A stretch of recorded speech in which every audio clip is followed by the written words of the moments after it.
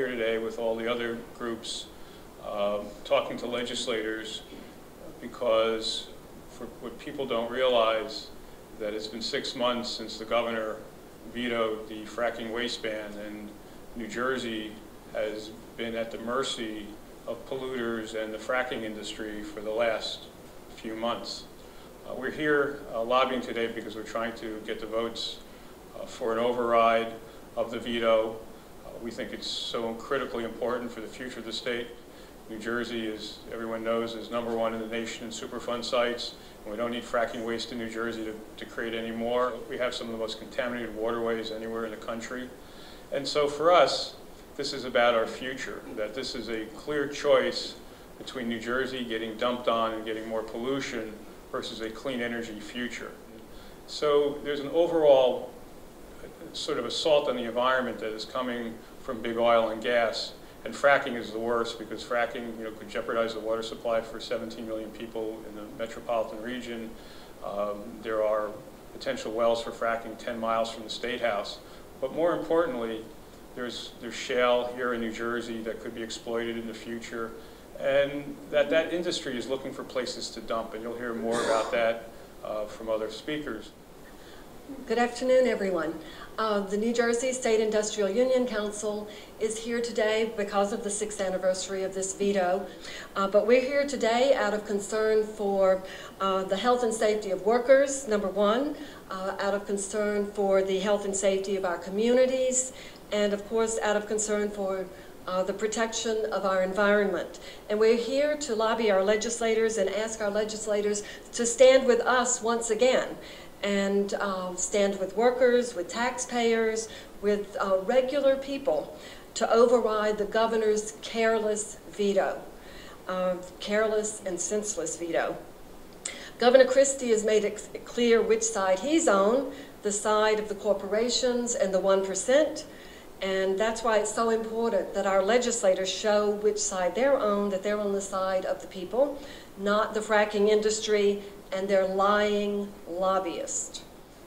Together, our organizations represent hundreds of thousands of residents of New Jersey, and as I said, we're counting on our legislators to protect us from the dangerous health hazards posed by the transporting, treatment, disposal, or storage of fracking wastewater. Why is it so dangerous? Fracking waste is full of toxic contaminants, as we all know, and New Jersey is the most densely populated state in the country, as has already been stated. It's a dangerous combination, toxic contaminants and densely populated areas. It's an accident waiting to happen. Hi, Tracy Carluccio, Deputy Director of Delaware Riverkeeper Network. So I'd like to address a couple of the specific problems that are related to frack waste being disposed of or discharged or stored here in New Jersey, and why we need the frack waste ban bill. Frack waste has come to New Jersey already, we know that. And we know from records that are on file with Pennsylvania, and then also records in New Jersey, that waste that came to New Jersey went to Carteret and Kearney, to 2 facilities there. It went to Elizabeth, and to a petroleum recycling facility there, and it went to DuPont in Salem County. And this waste was full of a lot of pollutants. According to New York State, a couple of hundred different contaminants are in this frack waste. And that waste that came to northern New Jersey had a high level of radioactivity in it. The other waste probably did too. But why do we only know for sure that there was a high level of radioactivity in the waste that went to Clean Earth, the facility is called, of northern New Jersey? And that's because an inspector took a sample from a roll-off, which he didn't recognize, that was sitting on Clean Earth's facility. And when he sampled it, he found that it was highly radioactive. And a notice of violation was issued to that facility as a result of that. But that was one sample taken over a 6-month period of time when there had been presumably daily deliveries of this material. We have no idea what happened to the radioactivity. How was it washed out with wash water? Where did it go? And so this toxic mix that comes back up needs to be sent somewhere. And in 2011, they created 1.4 billion gallons of this waste that did not have a place to go. Most of it went to Ohio. They're looking at New Jersey because Ohio injection wells are overloaded. They don't have enough places to take it. And as far as we know, it could be actually coming here right now because the reporting systems are not good enough to let us know what's coming in on a day-to-day basis. We only find out after the fact every 6 months from Pennsylvania. Since EPA has not promulgated basic pre-treatment standards for this type of waste yet, frac waste, and they are expected to do that in 2014, every system that is presently being used to process this waste does not thoroughly treat it. But because the material that's produced, the waste that's produced by gas and oil, is exempt under the Resource Conservation and Recovery Act of being classified as hazardous, it was not classified as hazardous. So it was sent through a facility that was not designed to treat hazardous waste. Hi, my name is Jean Marie Donahue. I'm with Water Spirit, and this is Sister Joan Carey, who is a sister of St. Joseph of Philadelphia. And we are here today to bear witness to water is life. We are here today to bear witness to the truth. And the truth is that water is intricately, clean, safe water is intricately linked to the public health.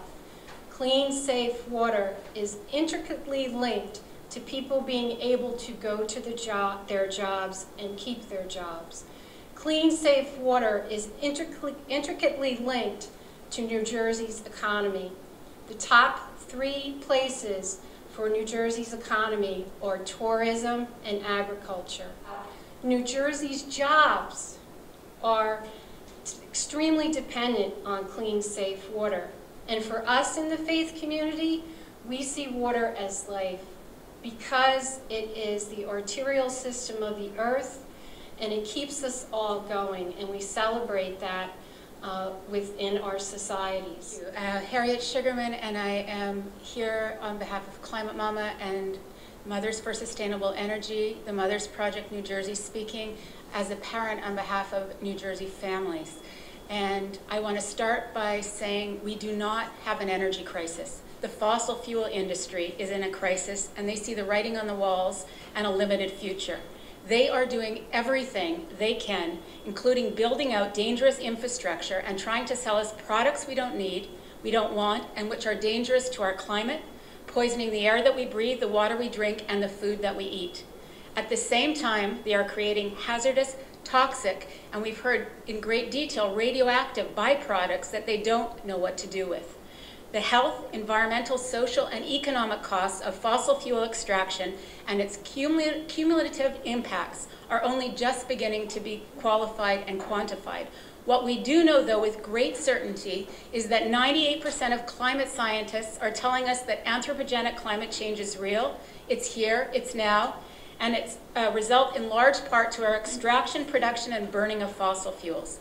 New NOAA studies released earlier this year, building on earlier studies, point to the fact that leakage from the natural gas extraction process could indeed be significant enough at 9%, twice that previously estimated, and 2/3 more than what scientists tell us could be safe to push us over the proverbial climate cliff.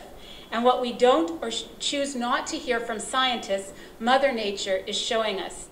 As mothers and community representatives, we are looking and demanding that our legislators, through policies and programs, lower greenhouse gas emissions, support clean, renewable energy, and create a sustainable future for our children, beginning now.